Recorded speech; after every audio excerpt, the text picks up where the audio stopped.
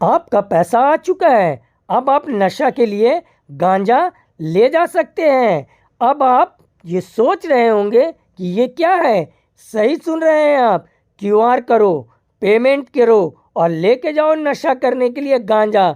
चिरौंदी में रांची पुलिस की छापेमारी में पकड़ाया है गांजा भारी मात्रा में। आरोपी तो फरार हुआ, लेकिन उसकी पत्नी पकड़ा गई। घर में एक तरह से दुकान बना रखा था नशे का कारोबारी करने के लिए। वहाँ पे पुलिस ने काफ़ी मात्रा में गांजा बरामद किया है। स्कैनर बरामद किया है जिस पे ग्राहक पेमेंट करके गांजा ले जाते थे। क्यूआर स्कैनर जो दीवार में सटा रखा था उसका भी फिर बाद में पेमेंट हिस्ट्री निकाला गया और वहाँ पर कुछ जो लड़के आए हुए थे उनको भी उनसे भी पूछताछ करी गई।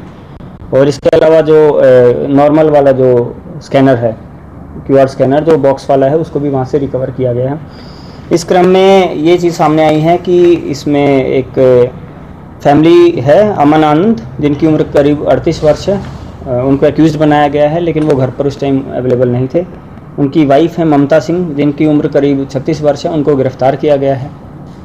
और एक सरोज यादव, जिनको इन दोनों ने 12,000 रुपये की मंथली पेमेंट के बेसिस पे ये कारोबार साथ में सपोर्ट करने के लिए रखा गया था, उनको भी वहाँ से क्राइम स्पॉट से अरेस्ट किया गया है। बरियातू थाना अंतर्गत चिरौंदी बाजार एरिया में पुलिस को सूचना मिली थी कि एक घर से गांजा की बिक्री की जा रही है छोटे छोटे पैकेट्स बनाकर।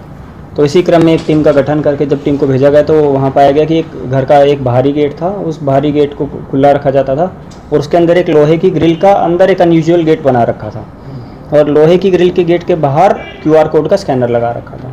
तो इसी में जब जैसे ही उन्होंने पुलिस को देखा तो पुलिस को 2 हिस्सों में बांटा गया था। तो घर का जो पीछे वाला गेट था वहाँ से कुछ लोग सामान बाहर फेंकने लगे। तो 1-2 पुलिसकर्मी वहाँ मौजूद थे, उन्होंने वहाँ उनको रोका और जो लोग भागने की कोशिश कर रहे थे उनको रोक के फिर बाद में देखा कि वे लोग जो सामान जो बाहर फेंक रहे थे वो गांजा था।